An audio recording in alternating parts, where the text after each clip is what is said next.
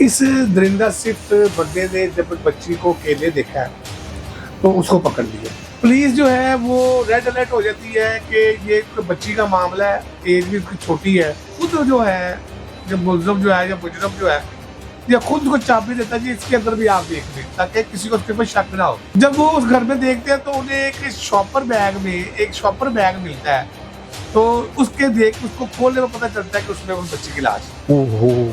कि उस बच्ची को के साथ क्या हुआ होगा, किस कर्म से वो गुजरी होगी, कैसे उसे मौत आई होगी। चाचू मैं नहीं जाऊंगी, चाचू मुझे छोड़ दो, क़यामत बताएगी क़यामत क्यों जरूरी थी। नाज़रीन, 4 साल ज़हरा के साथ ज्यादती के बाद कत्ल।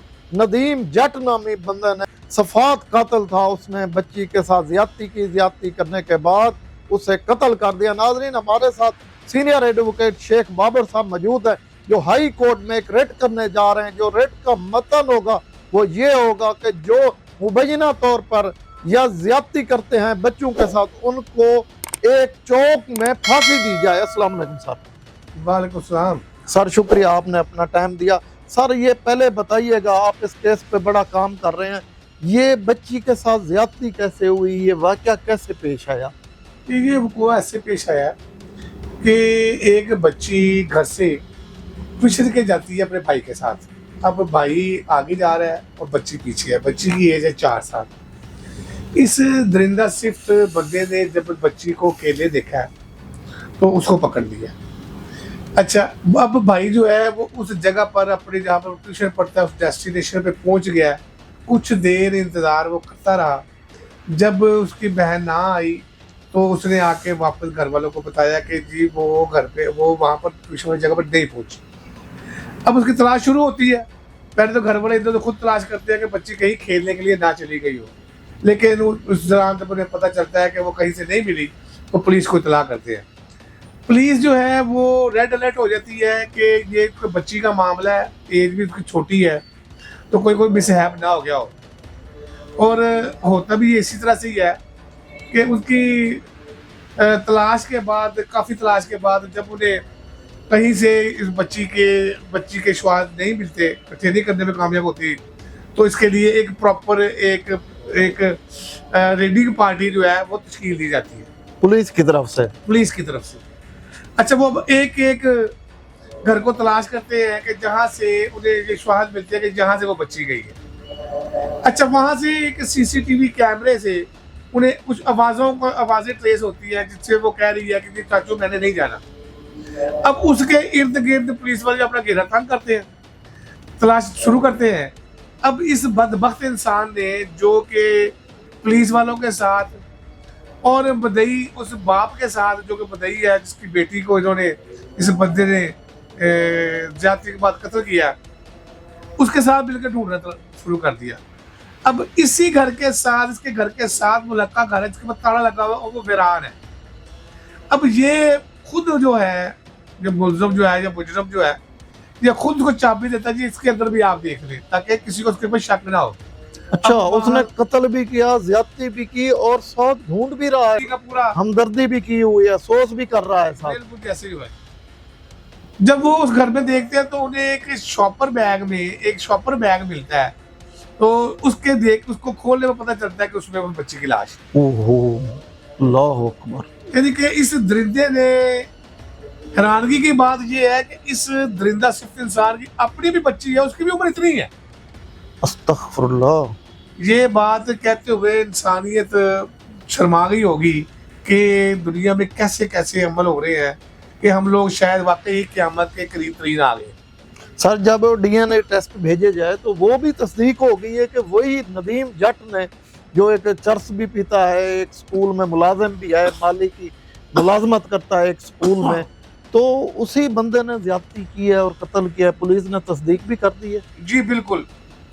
जब उन्हें उसकी हरकत और सकनात मशकूक लगी, उन्हें महसूस हुआ कि, क्योंकि ये पता जब उन्हें चला कि ये बंदा चरस का एडिक्ट है, ये नशा करता है और पहले भी 2-3 मुलाजमतों से ये बर्खास्त हो चुका है और इसकी रेपुटेशन को ठीक नहीं है। और जैसे ही उन्होंने कुछ उस इलाके के कुछ ऐसे बंदों की जो उसके घर के आस पास रहते थे, डीएनए करवाया, क्योंकि डीएनए और पोलिफेलेक्स जो क्या कहते हैं टेस्ट वगैरह हैं, वो खासे ना सिर्फ महंगे हैं बल्कि उन पे एक खतीर रकम की जरूरत भी पड़ती है। लेकिन आफरीन है पुलिस वालों के ऊपर, उन्होंने बड़े महदूद वसाइल के साथ जो इसको जो है वो समाप्त किया सारे मामले को। और जैसे ही रिपोर्ट आई तो पता चल गया कि वो मैच करके आपस में कि इसी बंदे ने उस बच्ची को ज्यादती के बाद कत्ल किया है। सर पाकिस्तान में आए रोज कोई ऐसे वाकयात होते हैं जो बच्ची के साथ मुबैना तौर पर ज्यादती भी करते हैं या ज्यादती साबित भी होती है। 50% जो लोग होते हैं वो अदालतों से बरी हो जाते हैं, या तकरीबन 80% वो लोग होते हैं जिनके ऊपर मुकदमे दर्ज नहीं होते। कोई 20% वो लोग होते हैं जिनकी सुलह हो जाती है। तो आप एक हाई कोर्ट में रिट दायर करने जा रहे हैं, उस रिट का मतलब क्या होगा? तो जो बच्चों के साथ ज्यादती करते हैं उनकी कम अज कम क्या सजा होनी चाहिए मुआशरे में? देखिए जी, इसकी सजा तो तकरीबन तमाम लोगों को पता होगा कि कत्ल की सजा सजाए मौत है, जबकि नाबालग के साथ ज्यादती की सजा भी सजाए मौत है। जो मैं रिट करने जा रहा हूँ वो इसके मुतल्लिका है कि उसका जो मुद्दई है ना सिर्फ एक तो वो होगा जो कि उस व्यक्ति का, उस विक्टिम का, उस मकतूल का रिश्तेदार होगा, बाप होगा, खूनी रिश्तेदार होगा। इसके बाद उसका जो मुद्दई है वो रियासत खुद हो। उसको किसी भी फोरम पे जाके उससे सुलह नहीं की जा सकेगी, उसको किसी भी फोरम पे जाके उसको माफ़ी नहीं दी जा सकेगी, उसे किसी किस्म की कोई रियायत नहीं दी जा सकेगी। और ये जो ट्रायल है इस सालों साल ना चले, इसकी मुद्दत 30 दिन से ज़्यादा ना हो, क्योंकि हालातों वाक़यात बिल्कुल वाज़िया हो जाते हैं, रिपोर्टें सामने आ जाती है, मकतूल की जो डेड बॉडी है वो सामने आ जाती है, पोस्टमार्टम रिपोर्ट जो है वो सब कुछ बता रही होती है। उसके बाद की वजह नजर नहीं आती कि उस बंदे को भी छोड़ा जाए। यानी कि सर आपका कहना है कि जो पुलिस इन्वेस्टिगेशन है वो जल्द से जल्द कंप्लीट करके और कोर्ट की तरफ से जल्द सजा सुनाई जाए। और आप सर एक जिक्र कर रहे थे कि उनको एक चौक में फांसी दी जानी चाहिए कि लोगों को पता चले, कि इबरतनाक बनाया जाए कि कोई बंदा इतनी जुर्रत ना करे किसी बच्ची या बच्चे के साथ, जो कम सन बच्चों के साथ ज्यादातर होती है, ज्यादती ना हो। देखिए, मैंने तो अपना पूरा जोर लगाया इसके ऊपर कि ये जो सजाएं हैं, जो हमारी इस्लामी सजाएं थी, उसका मकसद ये था कि हर जालिम को पता चले कि जुल्म करने वाले के अगेंस्ट रियासत क्या करती है। अब होता ये है कि ये ठीक आप देखेंगे कि चंद महीनों के बाद लोगों के ज़हनों से ये बात स्किप हो जाएगी, ख़त्म हो जाएगी, क्योंकि गाँव शाँव के लोगों को पास इतनी अवेयरनेस नहीं है, इतना नॉलेज नहीं है कि वो इसके खिलाफ आवाज़ उठा सके। इसका फ़ायदा ये मुलज़म उठाते हैं। सबको पता होना चाहिए कि इसकी ये सज़ा हुई है, और एक बंदे को जब सजाए मौत दे दी जाए, उसको इबरत का निशान बनाने के बाद उसको वायरल इतना किया जाए कि लोगों को पता चले कि फलां बंदे ने ये काम किया था और ये उसकी डेड बॉडी है, उसके साथ ये सलूक किया गया, जो इंसानियत सोच सलूक किया गया है। अगर आप कभी अकेले में इस बात को सोचें कि उस बच्ची को के साथ क्या हुआ होगा, किस कर्म से वो गुजरी होगी, कैसे उसे मौत आई होगी। 4 साल बच्ची, 4 साल बच्ची, उसके माँ बाप किस कर्म में गुजरे होंगे, क्या इसका कोई मुदावा है? उसका मुदावा उस बंदे की मौत भी नहीं है, लेकिन ये है कि उसको इबरत का निशान बना देना चाहिए कि आइंदा से कोई ऐसी हरकत के बारे में सोचे भी।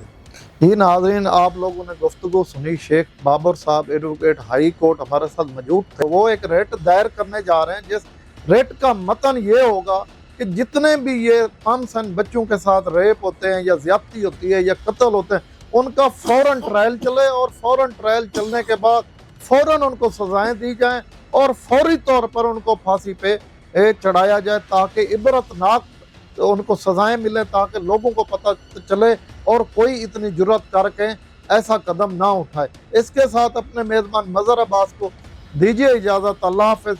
जिस भाइयों ने हमारा चैनल सब्सक्राइब नहीं किया, उनसे रिक्वेस्ट है हमारा चैनल भी सब्सक्राइब करें। जज़ाकल्लाह।